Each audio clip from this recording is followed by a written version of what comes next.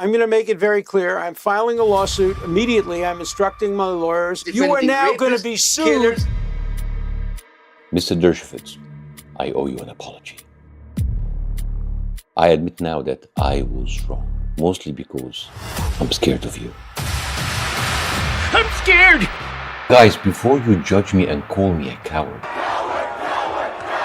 who am I to stand against the great Alan Dershowitz? That's Alan Dershowitz, an elite former Harvard law professor and perhaps the most famous devil's advocate in U.S. history. He has a glorious history of defending con artists, rapists, and murderers, getting them off the hook. Klaus von Bülow, Mike Tyson, O.J. Simpson's Jeffrey Epstein. This is how good you are, Mr. Dershowitz. Me? Yes. You defended Reverend Jim Baker after he was convicted of defrauding parishioners. You also defended Baroness Leona Helmsley, also known as the Queen of Mean. Wait, why is she called that? The Queen of Mean? Yumma. Ooh. You defended her when she was convicted of defrauding authorities. Only the little people pay taxes, right? You represented Jeffrey MacDonald, convicted of killing his wife. Jeffrey MacDonald is among the most well-known convicted killers in North Carolina history. You defended Klaus von Bülow, who was accused of injecting his wife with insulin, putting her into permanent coma. Von Bülow hired Dershowitz to appeal the conviction. You managed to make the court believe. Dershowitz argued that Sonny might have caused her own coma. Wow! Are you f***ing serious? You saved O.J. Simpson. I simply am not going to play that game. The glove didn't fit. Also, you defended Sheldon Siegel, Welcome, everybody. a member of the terrorist Jewish Defense League, against a murder charge in the bombing of 2 office buildings in Manhattan. Where do you find those people? Represented a lot of controversial people. I wonder what exactly he means by that. You defended Mike Tyson for rape allegation by going after the accuser, tarnishing her reputation like you did with all the victims in the Epstein files. That's certainly a possibility. You went digging in their social media, intimidating them, calling them liars, prostitutes, and even published articles slandering them in the news. And you did that to a 16 years old. She's an admitted prostitute. She's a serial liar. She's lied. You're so good. How can I go against you in court? You would destroy me. And I have to be honest, when you threatened to sue me on TV, He will be sued now. I tripped a little bit. So here I am, confessing. Here I come. Yes, you didn't pay Virginia Jeffrey $1 million, but you paid her lawyers $1 million as fees or settlement. This is what I was trying to say on that show before you cut me off. Dershowitz's insurance company had paid Jeffrey's lawyers. In negotiation, the parties has discussed a figure of nearly $1 million. Which is still very weird. Yes, it was your insurance that paid the $1 million, but you also insisted on receiving $50,000 so you can claim payment, which is still very weird. Alan Dershowitz was also implicated in it because of the planes. She told me everything. She had pictures. She had everything. If you are innocent, why would you pay your accuser's lawyers $1 million? Yeah. Why? Also, Mr. Dershowitz, she was not the only one. Another girl, Sarah Ransom. Remember her? I've spent so many years being silenced. She accused you too. Isn't it weird that 2 separate women accused you together with almost the same names like Prince Andrew? He too was very furious. He too had Buckingham Palace aggressively deny the allegations at first, but then both women settled with Prince Andrew as well as they settled with you.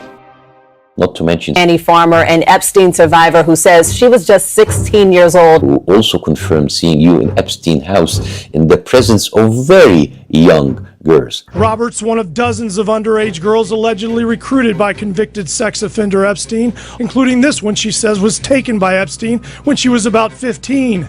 In the new affidavit, she claims Dershowitz had sex with her 6 times at Epstein's residence. But that shouldn't be a problem with you since you campaigned to lower the age of consent to 15 years. So in your mind, you just view these very young girls as women.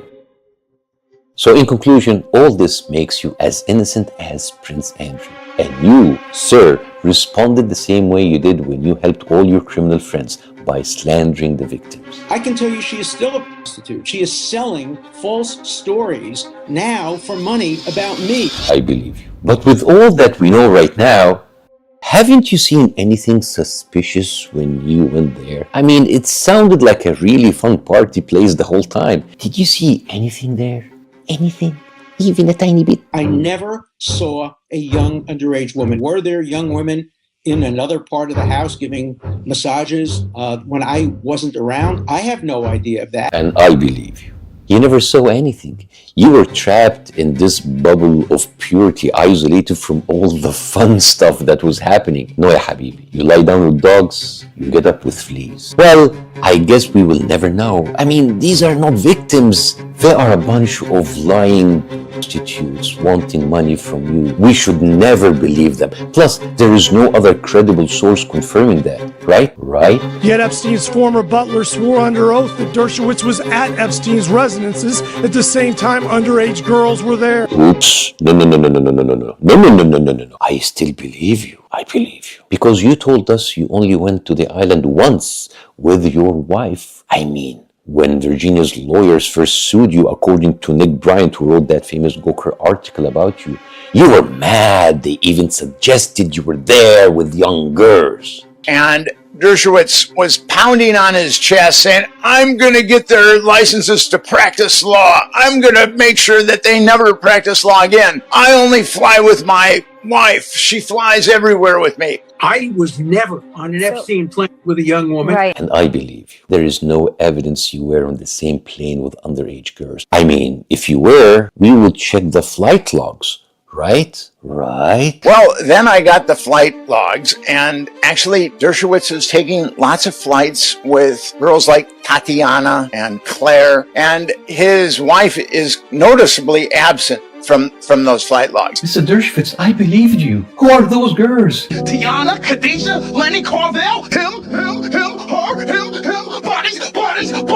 bodies. They're all dead.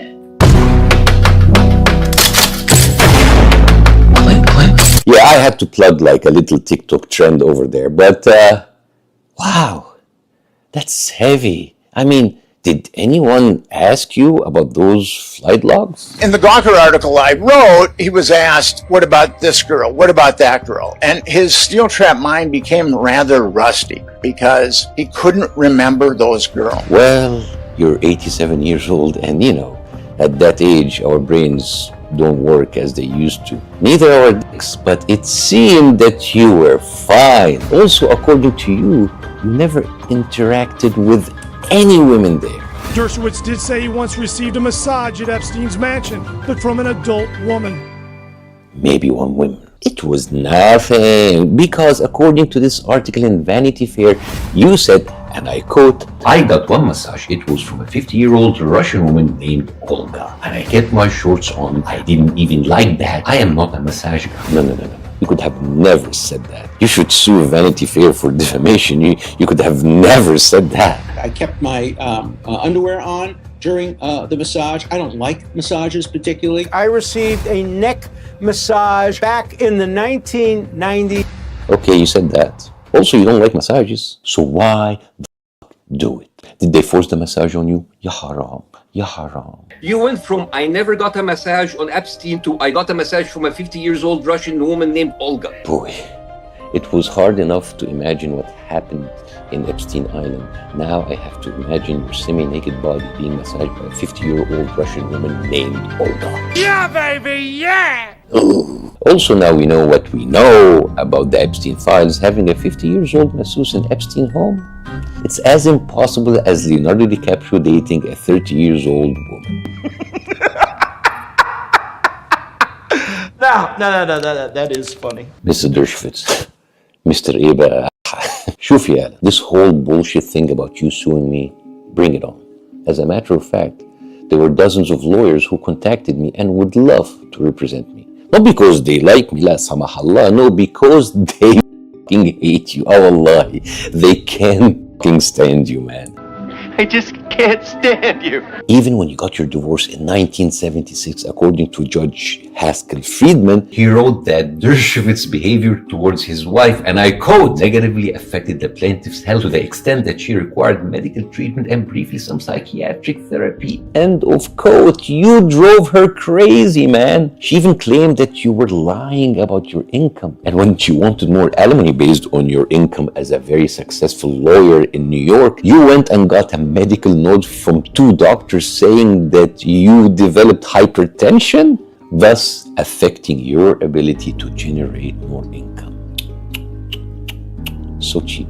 Then 7 years later, your ex walked to the middle of the Brooklyn Bridge and jumped to her death. Suicide. Not accusing you of anything, but it seems that everyone you meet mysteriously dies or kills themselves. Epstein, Virginia Giuffre, you're such a bad omen, Alan. When the scope of Jeffrey Epstein's crimes finally came to light, Virginia Giuffre was the woman at the center of the story. Listen, Alan, you're 87 years old. Is this how you want to spend your last few days on Earth, having people looking deeper into all of this? The victims' testimonies, your weird, erratic testimonies, the flight logs, the inconsistencies, the major cover-up by law enforcement. I wouldn't wish that on my grandfather.